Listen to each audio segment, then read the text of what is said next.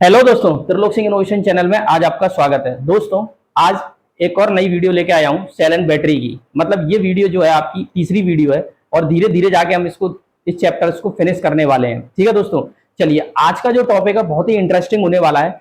आज के टॉपिक में हम ये बात करने वाले हैं कि जो तुम्हारा इलेक्ट्रोलिसिस प्रोसेस जिसको आप पढ़ रहे हैं उसका यूटिलाइजेशन कहाँ है। इससे पेपर में एक क्वेश्चन 100% आता है और बच्चा यहाँ पे 90% गलती कर देता है, क्योंकि इन चैप्टर्स को पढ़ता तो है पर इसको डिटेल में भी पढ़ता है, लेकिन इनमें याद क्या रखना है इस चीज पे मैं फोकस कराऊंगा कि आपको किन चीजों का ध्यान रखना है। ठीक है दोस्तों, चलिए अब हम स्टार्ट करते हैं कि भाई आज हम बात कर रहे हैं विद्युत अपघट के प्रयोग। विद्युत अपघट के प्रयोग का मतलब दोस्तों ये होता है कि जो हम विद्युत अपघटन के प्रयोग, मतलब इस बात का ये है कि जो भी इलेक्ट्रोलिसिस प्रोसेस होती है वो हमारे जीवन में कहां कहां यूज की जाती है, इसको हम बहुत अच्छे से समझेंगे। सबसे पहले हम बात करते हैं कि यहां से क्वेश्चन क्या बनेगा। पहले तो मैं ये बताता हूं कि ये कहां कहां यूज होता है। सबसे पहले जो यूज होता है दोस्तों, ये होता है विद्युत लेपन। हिंदी में बोलते हैं इसको इलेक्ट्रोप्लेटिंग। विद्युत लेपन का मतलब होता है हिंदी में इलेक्ट्रोप्लेटिंग। दोस्तों पहले मैं इनको समझा देता हूं, फिर इनको डिटेल में भी मैंने एक्सप्लेन किया है। दूसरा विद्युत मुद्रण, मतलब इलेक्ट्रोटाइपिंग। विद्युत मुद्रण को इंग्लिश में क्या बोलते हैं? इलेक्ट्रोटाइपिंग। फिर तीसरा यूज इसका क्या है? धातु शोधन, मतलब मेटल प्यूरिफिकेशन। ठीक है। चौथा कहां यूज होता है? धातु निष्कर्षण, मतलब इलेक्ट्रो एक्सट्रैक्शन ऑफ मेटल, मतलब धातु को निकालना, धातु को अयस्क से निकालना। उसके बाद आता है विद्युत भाग बल उत्पादन, मतलब ईएमएफ जनरेशन, मतलब इस इलेक्ट्रोलिसिस प्रोसेस का वोल्टेज जनरेट के लिए भी यूज किया जाता है। उसके बाद फिर लास्ट है कैपेसिटर का निर्माण, मतलब कैपेसिटर फॉर्मेशन। क्या है दोस्तों? Capacitor formation. अब मैं बताता हूं कि आपको किस चीज का क्या मतलब है। दोस्तों आज आप जितनी भी सारी चीजें देख रहे हैं, जैसे आपने देखा होगा जब भी आप मार्केट में जाते हैं तो मार्केट में जैसे अगर आप कोई भी मतलब आप गहना लेने जाते हैं तो दो टाइप के गहने आते हैं। एक प्योर गहना आता है, मतलब एक शुद्ध गहना आता है, एक अशुद्ध गहना आता है। अशुद्ध गहने का मतलब यह है कि चांदी होती है लेकिन उस पर सोने की परत चढ़ा दी जाती है। मेटल पूरा, मतलब आपका जो हार है वो रहेगा चांदी का लेकिन दिखेगा वो सोने जैसा, क्योंकि उस पर सोने की क्या चढ़ा दी जाती है? परत। ये बात समझ में आई? जैसे किसी भी जगह हमको सोने को दिखाना है तो सोने की मात्रा को बचाकर केवल उस पर केवल लेपन लेपन कर दिया जाता है, मतलब केवल और केवल उस पर लेयर चढ़ा दी जाती है। तो इलेक्ट्रोलिसिस प्रोसेस उसके लिए सबसे अच्छी प्रोसेस है जिसमें बहुत फिनिशिंग से बहुत अच्छी तरीके से उस पर लेपन कर सकते हैं हम लोग। ये बात समझ में आई? दूसरा, आज के जमाने में आप जितने भी इलेक्ट्रिक व्हीकल देख रहे हैं, आप अपना मोबाइल देख रहे हैं, ये मेरा कैमरा है, मतलब सॉरी ये माइक है, तो ये माइक है, इसके अंदर भी एक बैटरी पड़ी हुई है। तो इस बैटरी में भी, इसमें जो बैटरी पड़ी हुई है इस बैटरी में भी एक इलेक्ट्रोलिसिस प्रोसेस होती है जिससे हम वोल्टेज को जनरेट करते हैं। हम पंखे में कैपेसिटर का यूज करते हैं तो वहां पे भी एक इलेक्ट्रोलिसिस प्रोसेस के थ्रू उसको बनाया जाता है। तो आज हम ये सारे के सारे लेक्चर्स में पूरा डिटेल में पढ़ेंगे। ठीक है दोस्तों, चलिए आज हम बताते हैं। सबसे पहले मैं बात कर रहा हूं विद्युत लेपन। सबसे पहले हमें ये बात करते हैं यार विद्युत लेपन की हमें जरूरत क्यों पड़ती है। जब भी हम किसी भी धातु को एक धातु को किसी दूसरी धातु पर चढ़ाते हैं, जब भी हम किसी ऐसी मतलब कोई भी धातु है, एक धातु को दूसरी धातु पर चढ़ाए जाना ही विद्युत लेपन कहलाता है। ये बात समझ में आई? अब ये विद्युत लेपन क्यों किया जाता है? क्योंकि जो धातु कमजोर होती है, जो धातु वातावरण से रिएक्शन कर लेती है, वातावरण से मतलब अफेक्टेड होती है, उसको बचाने के लिए हम किसी ऐसी धातु की परत चढ़ा देते हैं जो वातावरण से रिएक्शन नहीं करती। इसी को हम क्या बोलते हैं दोस्तों? विद्युत लेपन। ये पॉइंट क्लियर हुआ? चलिए तो अब हम बात करते हैं कि इलेक्ट्रोप्लेटिंग के फायदे क्या है। इलेक्ट्रोप्लेटिंग के फायदे ये है कि सबसे पहली बात तो जंग से बचाना। अगर हम लोहे पे किसी और चीज की परत चढ़ा दें तो लोहा जंग लगने से बच जाएगा। दूसरी बात, सजावट, दिखने में बहुत अच्छा लगेगा। पहले हम लोहे के किवाड़ यूज करते थे, आज के जमाने में हम लोहे के किवाड़ तो रहते हैं पर उस पर हम स्टील की परत चढ़ा देते हैं या किसी और मतलब जस्ते की परत चढ़ाते हैं तो वो और अच्छे दिखने लगते हैं। ठीक है। या मेंटेनेंस के लिए, भाई मान लो कहीं पे हमारा किवाड़ गल गया है, मतलब उसमें जंग लगते उस जगह से कमजोर हो गया है, तो हम क्या करते हैं उस जगह पे धातु का लेपन कर देते हैं। मतलब जितनी जगह खाली रह गई है उसमें हम किसी दूसरी मेटल को भर देते हैं और उसको जंग लगने से बचा लेते हैं। तो इसी को बोलते हैं मेंटेनेंस। पुनर्निर्माण, पुनर्निर्माण का मतलब यही होता है कि जैसे मान लो कोई हमारा लोहे का कबाड़ गल गया है, जंग लग गई है बरसों से, अब हम क्या करेंगे उसको इलेक्ट्रोप्लेटिंग मतलब विद्युत लेपन के थ्रू उस पर पूरे के पूरे जस्ते की परत चढ़ा देंगे। जस्ते की परत चढ़ाने से क्या होगा? उसका पुनर्निर्माण हो जाएगा। क्या हो जाएगा दोस्तों? पुनर्निर्माण हो जाएगा, या मेंटेनेंस भी उसको बोल सकते हैं। ठीक है। उसके बाद हम बात करते हैं बफिंग। इस प्रक्रिया को हम क्या कहते हैं? इंग्लिश में बफिंग कहते हैं। क्या ये बात समझ में आई? क्या ये पॉइंट क्लियर हुआ? अब हमको जब हम इसको करते हैं तो हमें किन किन चीजों का ध्यान रखना है। भाई सबसे पहले इलेक्ट्रोप्लेटिंग करना है तो हमें आपको हमेशा डीसी की जरूरत पड़ेगी। किसकी जरूरत पड़ेगी दोस्तों? डीसी करंट की।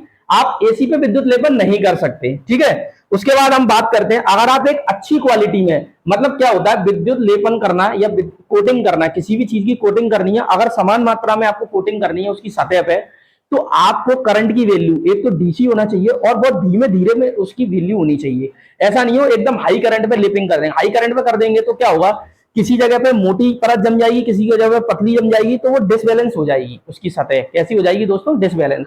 इसीलिए हमको गुड क्वालिटी चाहिए, तो हमें लो करंट की वैल्यू की आवश्यकता होती है। दूसरा यहाँ पे एनोड और कैथोड का बड़ा रोल होता है कि इलेक्ट्रोलिसिस प्रोसेस में जब हम इसको फॉलो कराएंगे, एक मिनट दोस्तों,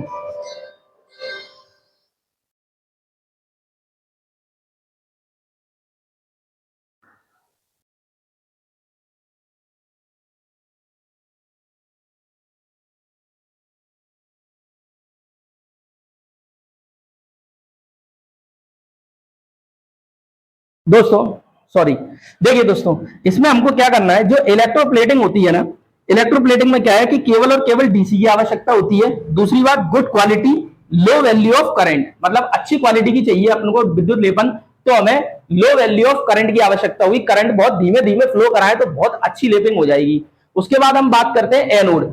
एनोड की अगर हम बात करें तो एनोड जिसको लेपना है, मतलब जिस धातु का लेपन करना होता है, जिस धातु को लीपना होता है, उसको हम एनोड पे रखते हैं। किस पर रखते हैं दोस्तों? एनोड पे। और जिस धातु पर चढ़ाना होता है, मतलब जिस धातु के ऊपर लीपना होता है, उसको हम बनाते हैं कैथोड। क्या ये बात समझ में आई? इस बात का विशेष ध्यान रखना, क्वेश्चन यही बनता है कि भाई इलेक्ट्रोलिसिस प्रोसेस में या इलेक्ट्रोप्लेटिंग में हमें कैथोड किसका बनाया जाता है? लेपन धातु का या लोपन धातु का? लेपन मतलब जिसको लीपना होता है, लोपन मतलब जिसके ऊपर लोपना होता है, लीपना होता है। क्या ये बात समझ में आई? ये पॉइंट क्लियर हुआ? तो एनोड मतलब जिसकी परत चढ़ानी है, मतलब जिसकी परत चढ़ानी है उसको हम एनोड बनाएंगे, और जिस पे परत चढ़ानी है उसको हम क्या बनाएंगे? कैथोड। क्या ये बात समझ में आई? क्या ये पॉइंट क्लियर हुआ? चलिए अब हम आगे चलते हैं। इसके मैंने सारे फायदे देखो आप लोगों को बता दिए। अब हम बात करते हैं विद्युत मुद्रण। विद्युत मुद्रण का मतलब होता है भाई, विद्युत मुद्रण का क्या मतलब होता है कि जैसे सिक्के डालना, सिक्के हम डालते हैं, तो ये भी एक इलेक्ट्रोलिसिस प्रोसेस के थ्रू ही सिक्के डाले जाते हैं। तो सिक्के डालने के लिए पहले उसका सांचा तैयार किया जाता है कि कैसा उसका डिजाइन होगा, क्या होगा। तो वो सांचा बनाने का पहले मोम से उस पर पहले आकृति बनाई जाती है। उस आकृति बनाने के बाद वो एक प्लेट तैयार हो जाती है, और उसी प्लेट को इलेक्ट्रोलिसिस प्रोसेस के थ्रू उस पर फिर हम क्या करते हैं? सिक्के डाल देते हैं। तो यहाँ पे भी हम वही चीज करते हैं। देखो यहाँ पे क्या, लेटर कंपोज करके पेज तैयार करते हैं और नेगेटिव कॉपी तैयार की जाती है। इस लाइन का मतलब बहुत अच्छी और गहराई से आप समझेंगे। जैसे मान लो कि मुझे किताबें छपनी है। पहले पुराने जमाने में क्या होता था, जब किताबों को छापा जाता था ना, किताबों की प्रिंट किया जाता था, तो पूरे पेज को एक मेटल की, मतलब कॉपर की, पूरी की पूरी कॉपर की प्लेट तैयार की जाती थी। इसलिए उस जमाने में है ना क्या होता था, प्रिंटिंग बहुत महंगी हुआ करती थी। अब उसको कैसे तैयार करते थे कि पहले पूरे के पूरे अक्षर को एक प्लेट पे एक मोम से बनाएंगे। एक मतलब पहले सांचा बनाएंगे, सांचा बनाने के बाद उसको मोम से अक्षरों को उभार देंगे। उसके बाद फिर क्या करेंगे, कॉपर की प्लेट पर उसको बनाएंगे। अब इसमें नेगेटिव कहने का क्या मतलब है? ये बात नेगेटिव कॉपी का मतलब ये होता है उस प्लेट पे उल्टे अक्षर बनाए जाते हैं। क्योंकि उल्टे अक्षर क्यों बनाए जाते हैं दोस्तों? उल्टे अक्षर इसलिए बनाए जाते हैं, जब उसकी प्रिंटिंग की जाएगी तो जब प्रिंटिंग होगी तो उसका रिफ्लेक्ट इमेज आएगा, मतलब फिर हमारी किताब में जो अक्षर दिखाई देंगे वो सीधे दिखाई देंगे। मैं आपको एक सिंपल सा एग्जांपल ले सकता हूं जिसको आपको जल्दी समझ में आ जाएगा। जैसे आपने देखा होगा सील लगाते हैं, ठप्पा लगाते हैं, तो जो रबड़ के जो ठप्पे होते हैं उसमें आप देखना, उसमें प्रिंटिंग उल्टी होती है, मतलब उल्टे अक्षर उसमें रहते हैं। जैसे ही आप उसको इंक में लगा के सीधे जब उस पर पेज पर उस पर ठप्पा लगाते हैं तो आपको पता चलता होगा कि हाँ यार आप सीधा दिखाई देता है। सेम वही प्रोसीजर है ना। इसमें बोलते हैं भाई ग्रेफाइट का एक पाउडर की जरूरत पड़ती है। दूसरा, एनोड पे हम कॉपर की प्लेट बनाते हैं। कॉपर की प्लेट किसकी बनाते हैं भाई? एनोड पे रखते हैं। उसके बाद इसमें कॉपर सल्फेट विलयन का इस्तेमाल करते हैं। भाई ये आपको बहुत इंपॉर्टेंट डाटा है, इसको आप दिमाग में रखें। ज्यादा कथा ना लिखते हुए मैंने काम की चीजें लिखी है जहां पर पेपर सीधे सीधे पूछता है और उसको मैंने बहुत अच्छे से समझा दिया है। अब हम बात करते हैं धातु शोधन। धातु शोधन का मतलब होता है किसी भी मेटल को प्यूरिफाइड करना, मतलब उस धातु को प्यूरिफाइड करना। धातु शोधन का इंग्लिश में मतलब होता है प्यूरिफाइड करना। तो इसमें जब किसी धातु का शोधन किया जाता है तो उसमें हम करते क्या है? शोधन करने के लिए यहाँ पे जो शुद्ध धातु है, प्योर मेटल, उसको हम कैथोड पे रखते हैं। प्योर मेटल को किस पे रखते हैं दोस्तों? हम कैथोड पे। और जो अशुद्ध धातु है उसको हम किस पे रखते हैं? एनोड पे। अशुद्ध धातु किस पे रखते हैं? हम एनोड पे। अरे यार सीधा सा मतलब है, इसको कैसे समझेंगे? जिस धातु को शुद्ध करना है, भाई मेटल तो एक ही है, है ना। जब दो इलेक्ट्रोड डाले जाते हैं, जब कोई भी हम सिस्टम तैयार करते हैं तो उसमें तीन चीजों की जरूरत होती है। एक तो होता है विद्युत अपघट्ट, दूसरा होता है तुम्हारा इलेक्ट्रोलाइटेड प्रोसेस, मतलब इलेक्ट्रोलाइट हो गया, एक एनोड एक कैथोड। तो एनोड पे हम क्या रखेंगे, प्योर मेटल। एनोड पे क्या रखेंगे हम, अशुद्ध धातु। अशुद्ध धातु को हम एनोड पे रखेंगे और कैथोड को छोड़ देते हैं। तो अशुद्ध धातु क्या है, कैथोड पे जाके अशुद्ध धातु से क्या हो जाती है, शुद्ध धातु कहां जाती है, प्योर मेटल आ जाती है कैथोड पे। क्या ये बात समझ में आई? चलिए अब हम बात करते हैं धातु का निष्कर्षण। धातु का निष्कर्षण कैसे निकालते हैं? धातु का निष्कर्षण करने में भी इसका उपयोग होता है। जैसे जमीन से हम सीधे लोहा नहीं निकलता, ना चांदी ना सोना जमीन से डायरेक्ट नहीं निकलता, हमें क्या मिलता है, अयस्क मिलते हैं। अयस्क का मतलब होता है रॉ मटेरियल, और इंग्लिश में क्या बोलते हैं दोस्तों, और।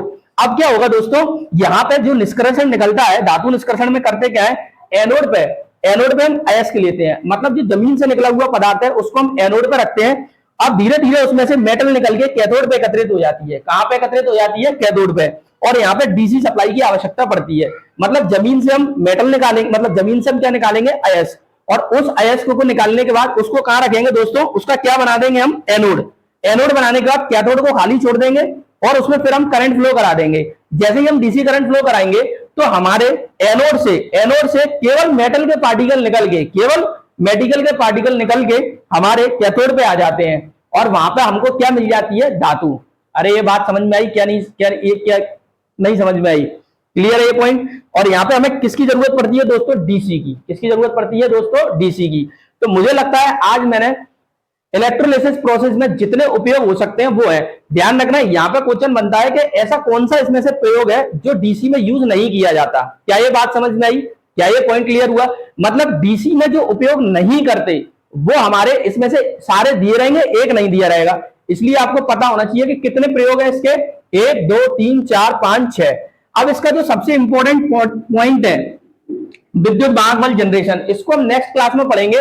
यहां पे हम ये पढ़ेंगे कि नेक्स्ट क्लास में हम डिफरेंट टाइप की बैटरियां पढ़ेंगे, वही तो ईएमएफ जनरेट करने का प्रोसेस है दोस्तों। क्या ये पॉइंट क्लियर हुआ? क्या ये बात समझ में आई? तो आज की क्लास इतना ही। थैंक यू दोस्तों। अब आप इसको नोट कर लें, मैं इसको पूरा छोड़ देता हूं।